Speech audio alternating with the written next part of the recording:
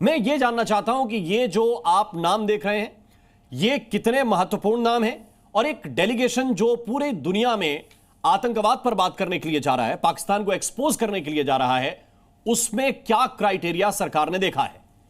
बहुत बहुत धन्यवाद साहब। आपके चैनल पर जब भी होता मुझे बहुत अच्छा लगता है। हमारे डोमेस्टिक पॉलिटिकल लीडर्स जो कहेंगे मैं उस पर कमेंट नहीं करूंगा, क्योंकि हम लोगों की ट्रेनिंग नहीं होती, हम लोग इंटरनेशनल अफेयर्स में ही स्पेशलाइज करते हैं। आपको याद होगा, शायद आपकी उम्र उतनी नहीं है, मेरी तो 74 साल की है। 1994 में उस समय Atal Bihari Vajpayee was leader of the opposition, तो उनको जिनीवा भेजा गया था। वहाँ पाकिस्तान ने बहुत जोर लगाया था कि कश्मीर पे भारत को कंडेम किया जाए। हमारे 4-5 राजदूत भी गए थे और फ़ारूक अब्दुल्ला साहब भी गए थे कहने के लिए कि आप ये जो कश्मीर की बातें यहाँ कर रहे हो बैठे हुए जिनीवा में, आपको पता भी है हकीकत क्या। सर एक मजेदार कहानी बताता हूँ। From that time Farooq Abdullah साहब ने वहाँ लोगों से कहा, देखिए ये कश्मीर का जो मुद्दा है हम इसको बड़ी जल्दी सॉल्व कर देंगे, उसके बाद आइए श्रीनगर आइए, गोल्फ खेलेंगे वहाँ पर, वहाँ का जो व्यू है बहुत अच्छा है। और फिर जो पाकिस्तान के डेलीगेट थे जो बहुत शोर मचा रहे थे, तो फ़ारूक अब्दुल्ला साहब ने उनसे कश्मीरी में बात की जो उसको आती नहीं थी। वो बेचारा बड़ा घबरा गया कि ये क्या हो रहा है। तो वो था sir all of country approach, United approach. यही हम इस बार कर रहे हैं कि इट डजंट मैटर हमारे डोमेस्टिक पॉलिटिक्स क्या हैं, लेकिन बाहर जब हम जाते हैं, क्योंकि जो आतंक है सर इंडिया के अगेंस्ट, वो इस पार्टी उस पार्टी, इस व्यक्ति, इस औरत को, इस बच्चे को अफेक्ट नहीं करता, वो पूरे देश को अफेक्ट करता है। तो द इंप्रेशन जो हम लोग दे रहे हैं, चुनाव डेलीगेशन का कैसे हुआ इस पे या तो आपकी पॉलिटिकल पार्टीज बात करेंगी, लेकिन विदेश में दुनिया को हम ये बता रहे हैं कि जितनी पॉलिटिकल पार्टीज हैं उनकी डोमेस्टिक इश्यूज, डिफरेंसेस जो मर्जी हो, जब आतंक की बात आती है और खासतौर अंतर्राष्ट्रीय समुदाय के सामने पाकिस्तान का जो नकाब है उसको उतारना, इसमें हम सब लोग एक हैं। अब मैं अर्शप्रीत खड़ियाल जी आपके पास आना चाहता हूं। अर्शप्रीत खड़ियाल साहब, जयराम रमेश की बात आज आपने भी सुनी, हमने भी सुनी। क्या प्रॉब्लम है शशि थरूर के नाम से, और क्या मंशा आप सरकार की ठीक नहीं मानते कि आपके चुने हुए नाम जो आपने भेजे उनको सरकार ने इस लिस्ट में नहीं रखा? धन्यवाद सवाल के लिए। पहले मुझे 1.5 मिनट आने टॉपिक दे दीजिएगा। पहली बात यह है, मसला देश का है, भारतीय जनता पार्टी का नहीं है। और आधे देश को रिप्रेजेंट ऑपोजिशन करती है। ऑपोजिशन को पूछा गया कि आप कौन से नाम रेकमेंड करना चाहेंगे, हमने बता दिया ये नाम रेकमेंड करना चाहेंगे। बाद में पता लगता है ये तो सिर्फ और सिर्फ ड्रामा था, धोखाधड़ी थी, प्रिटेंस था। अब भारतीय जनता पार्टी बताए कि इसकी जरूरत क्या थी। अगर आपने हमारे नाम लिस्ट में डालने नहीं थे तो आपने पूछा क्यों इन द फर्स्ट प्लेस? उसके पीछे कारण क्या था? अगर भारतीय जनता पार्टी ने पूछा या तो उसको डालते नाम को, अगर डालना ही नहीं था तो you could have avoided that. जैसे आप पार्लियामेंट में डिबेट को बाईपास करते हो, डिस्कशंस को बाईपास करते हो, हमारी वोट को बाईपास करते हो, हमारे हक को बाईपास करते हो, सुप्रीम कोर्ट के ऑर्डर्स को बाईपास करते हो, यहां पे भी बाईपास कर देते, लेकिन ड्रामा भारतीय जनता पार्टी ने किया। अब सवाल ये है साहब, हम बात करते हैं यूनाइटेड हाउस की, हम बात करते हैं इंक्लूसिविटी की, भारतीय जनता पार्टी बात करती है एक्सक्लूसिविटी की, डिवाइडेड हाउस की। अब भारतीय जनता पार्टी बताए कि आपको क्या याद नहीं कि 1971 में श्रीमती इंदिरा गांधी जी ने खुद जेपी नारायण जी को फोन करके कहा था कि आप जाइए, आप रिप्रेजेंट कीजिए हमें।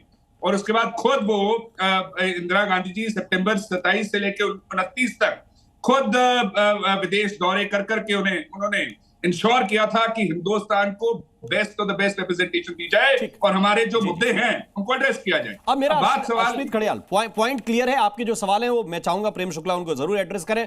आपने ये कहा कि बेस्ट ऑफ द बेस्ट, क्या आपको लगता है कि टॉप 4 नाम जब आप चुन रहे हैं विदेश मामलों में, एक्सटर्नल अफेयर्स के मामले में, तो शशि थरूर टॉप 4 में स्टैंड नहीं करते आपके लिए?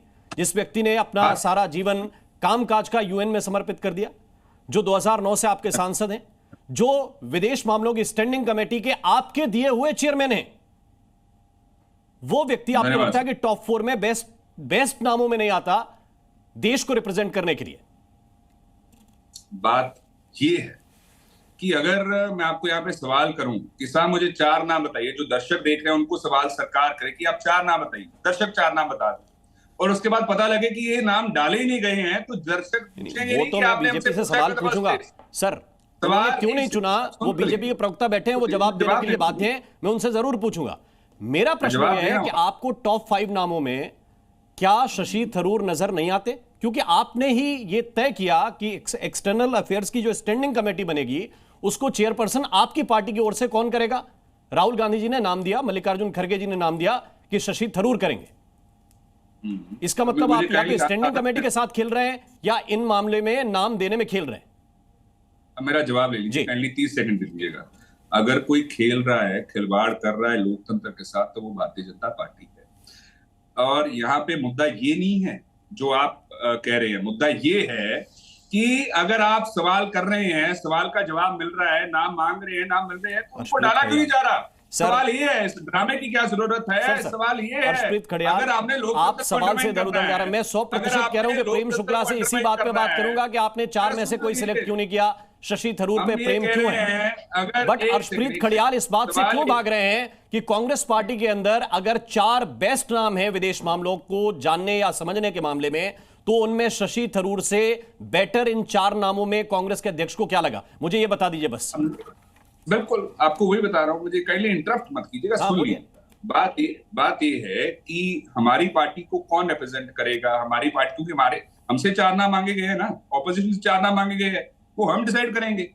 हमने डिसाइड करके बता दिया उसको, लेकिन उसके बावजूद पता ये लग रहा है कि वो सिर्फ और सिर्फ प्रिटेंस था, वो सिर्फ और सिर्फ आई वॉश था। अगर यही करना था तो पूछते ही ना, तो बताते ही ना कि आप बताइए हमें। लेकिन भारतीय जनता पार्टी ने एक ड्रामा रचा, और वो रचने का कारण क्या है भारतीय जनता पार्टी ये बताए? क्या ये बताना चाहते हैं कि हम यूनाइटेड है ये ड्रामा करके? भारतीय जनता पार्टी बताना चाहती है? समझ में आ रही है, मैं सीधा सवाल ले जा रहा हूं प्रेम शुक्ला की तरफ, लेकिन मुझे यह समझ नहीं आ रहा, सचिन तेंदुलकर खेलने के लिए अवेलेबल हैं और उनका नाम 4 खिलाड़ियों में कोई देने के लिए तैयार नहीं है। इसको भी देश की जनता देख रही है कि नहीं देख रही कि टॉप 4 बैट्समैन दीजिए, और आपने कहा कि नहीं सचिन नहीं खेल सकते, बाकी 4 बैट्समैन मैं देता हूं, इनमें से कोई एक चूज कर लीजिए। ठीक है प्रेम शुक्ला, जरा बताइए ये 4 आपको क्यों पसंद नहीं आए? आनंद शर्मा है, आनंद शर्मा है, बड़े सीनियर लीडर है। अगर इंडिया एक टीम देता है क्रिकेट की, ठीक है, और कोई आके जो क्रिकेट का मैच करवा रहा है देश, वो कहता है कि नहीं इंडिया से ये नहीं खेलेंगे जी, ये लोग खेलेंगे जो आपने नाम दिया इंडिया ने, कोई देश नहीं चुन रहा सर, देश ही चुन रहा है, देश के लिए ही चुन रहे हैं, देश को रिप्रेजेंट करने जा रहे हैं, वहां कांग्रेस पार्टी को रिप्रेजेंट करने नहीं जा रहे हैं। शशि थरूर देश के सांसद के तौर पर देश के बारे में बताते हैं, अगर वो जाते हैं। आप एनालिटी की बात कर रहे हैं ना, मैं क्लैरिटी की बात कर रहा हूं कि आप टॉप 4 में मान नहीं रहे उस व्यक्ति को जिसको आपने विदेश मामलों की स्टैंडिंग कमेटी का चेयरमैन बनाया। आपकी एनालिटी पे चलता हूं, आपकी एनालिटी पे चलता हूं, मैं बता रहा हूं, मैं प्रेम शुक्ला के पास जा रहा हूं आपके पॉइंट का जवाब लेने के लिए। मैंने पहले कहा था कि इस पॉइंट को यही छोड़ दीजिए क्योंकि उसका जवाब मेरे पास नहीं है। आपको एक कह रहा हूं, अगर हम बताइए टीम बनाई, ये टॉप 4 नाम जो कांग्रेस ने दिए, अगर क्रिकेट टीम में नाम सिलेक्ट होते हैं, जिसमें आनंद शर्मा जी का नाम सिलेक्ट होते हैं, तो क्या कोई जिसमें और खेल पाएगा? एक मिनट सर, आऊंगा इस पे भी आऊंगा, मैं वापस लौट के आऊं। पहले आपका मूल सवाल है उसका जवाब ले लीजिए।